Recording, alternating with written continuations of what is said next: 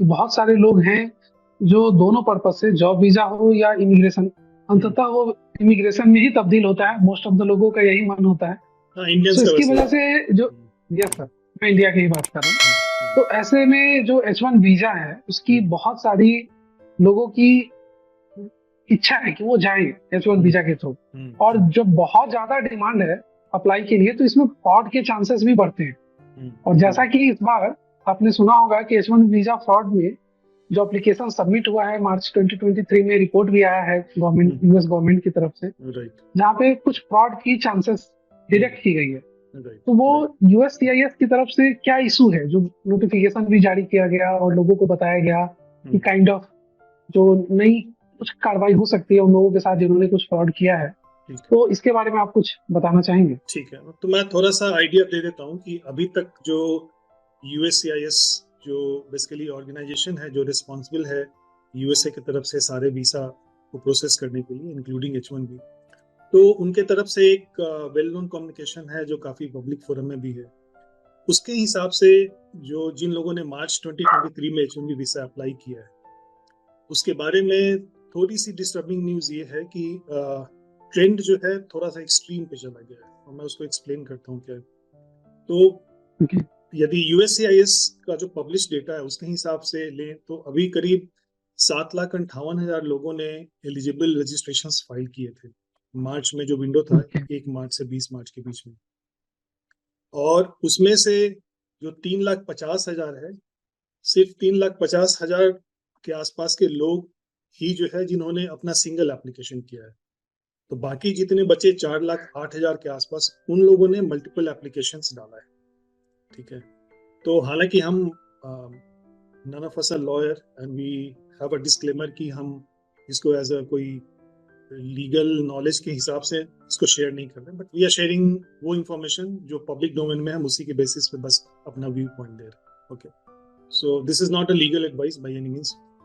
तो इसका अर्थ ये लगाया जा रहा है कि करीब 4,08,000 out of 7,80,000, which is a huge number, it's more than 50%, right? तो उतने सारे लोगों ने एक से ज्यादा एप्लीकेशंस फाइल किया है।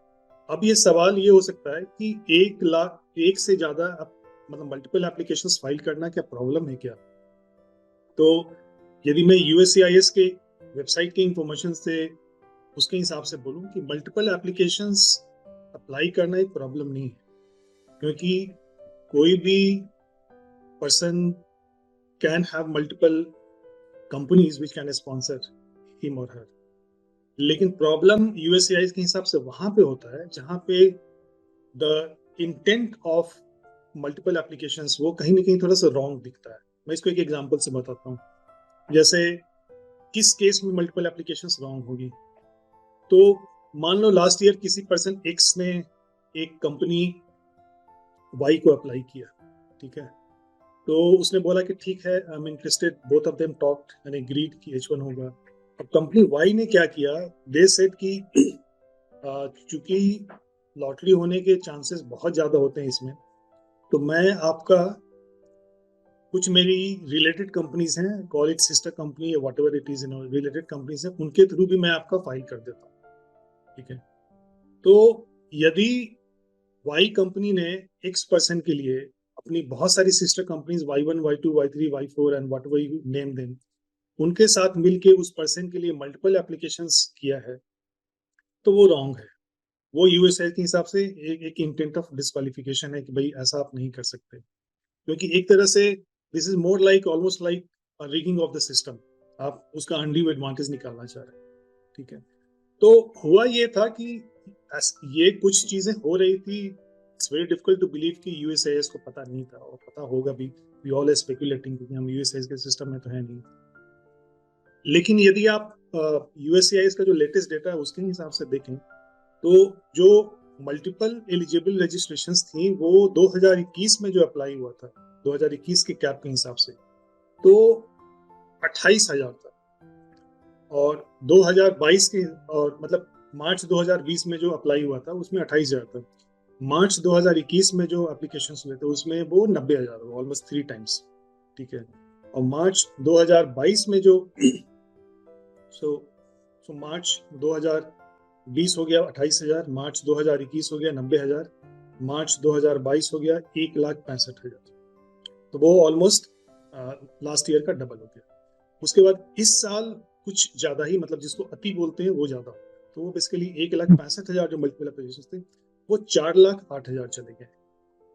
तो इसके ओह, चलते क्या है कि वो आप कह सकते हैं कि एक जो गलती हो रही है वो मतलब एक उस लेवल पे चला गया है जो कोई भी यूएससीआईएस या कंट्री उसको बर्दाश्त नहीं करेगा कि यार इतना इतना गलती हो रहा है। इसका मतलब कहीं ना कहीं हमारे सिस्टम में भी चैलेंज है, और कुछ लूप होल्स है उसको लोग चलो थोड़ा मिसयूज करते हैं, तो ऐसा नहीं कि वो चलता है, that also needs to be stop.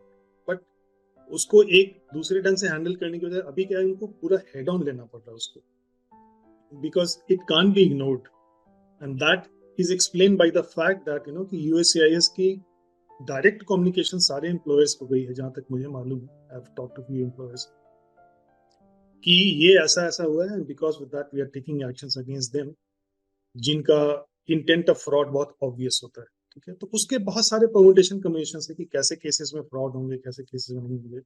But मैं इन जनरल बोल सकता हूँ कि जिन्होंने भी मल्टीपल, जिनके लिए किसी कंपनी ने या जिन्होंने खुद भी मल्टीपल कंपनीज के थ्रू किया गया, they should be more cautious about knowing कि एग्जैक्टली क्या हो रहा है क्या नहीं हो रहा है। और मैंने जो एग्जांपल दिया वो बहुत स्ट्रेट फॉरवर्ड था, एज इफ कि जिस पर्सन एक्स ने अप्लाई किया था वाई कंपनी ने एक्स को बोल के बताया कि मैं Y1 Y2 Y3 में आपके लिए अप्लाई कर रहा हूँ। कई बार ऐसा भी देखा गया है, जो मैंने सुना है कुछ लोगों से, and even some of the lawyer they are covering their इन यूट्यूब वीडियो, कि the person X doesn't even know कि वाई ने Y1 Y2 Y3 Y4 से के लिए उनको अप्लाई किया है। तो ऐसे केसेस में जनरली लोग यही बोलते हैं कि definitely there is something very very fishy there, और ऐसे केसेस में यूएससीआईएस डेफिनेटली कुछ ना कुछ एडवर्स एक्शन लेगी। सो it's a great word of caution मैं बोलूंगा। तो ये एग्जैक्टली ही इशू, तो आप कह सकते हैं कि जो थोड़ा बहुत गलत हो रहा था इस बार that has gone on serious steroids, और वो इस लेवल तक पहुंच गया है कि ये kind of topic of the H1 हो गया है फॉर नाउ, क्योंकि सभी जगह इसी की ही चर्चा है। और अभी अप्रैल मई जून में सबको अप्लाई भी करना होता है अपने एप्लीकेशंस के लिए। So everybody is considering option, trying to find out through their employer कि भाई आपने मेरे लिए मल्टीपल एप्लीकेशंस तो नहीं किया था। जिन्होंने डेलिबरेटली मल्टीपल एप्लीकेशंस किया है, दे आर इंश्योरिंग कि जिस भी एक कंपनी को उन्होंने अप्लाई किया है वो उनके लिए कहीं बिना जाने बिना उनसे पूछे कहीं मल्टीपल एप्लीकेशंस तो नहीं कर दिया। क्योंकि क्या होगा कि कहीं भी कोई भी फंसेगा तो उसका ट्रेसिंग तो हर लेवल तक जाएगा, जितने एम्प्लॉयज रिलेटेड हैं उनमें भी जाएगा, जो एम्प्लॉय है उसमें भी जाएगा। तो उसके डिटेल में हम बाद में बात करेंगे। बट मोर और less bottom line just to conclude ये बोल सकते हैं कि इस बार जो single applicant applying to multiple companies और that to multiple related companies, वो उसकी आशंका बहुत ज्यादा हो गई है, क्योंकि 4 लाख जब वो चला गया, जो बहुत ही ज्यादा है, क्योंकि हम तो सिर्फ 65,000 प्लस 85,000 सीट्स की बात करते हैं। So it's a great multiple of that. तो उसके चलते what we are hearing indirectly कि यूएसएस की तरफ से काफी एक्शन से स्टार्ट हो गया है, and employers and employees both they will have some effect out of that.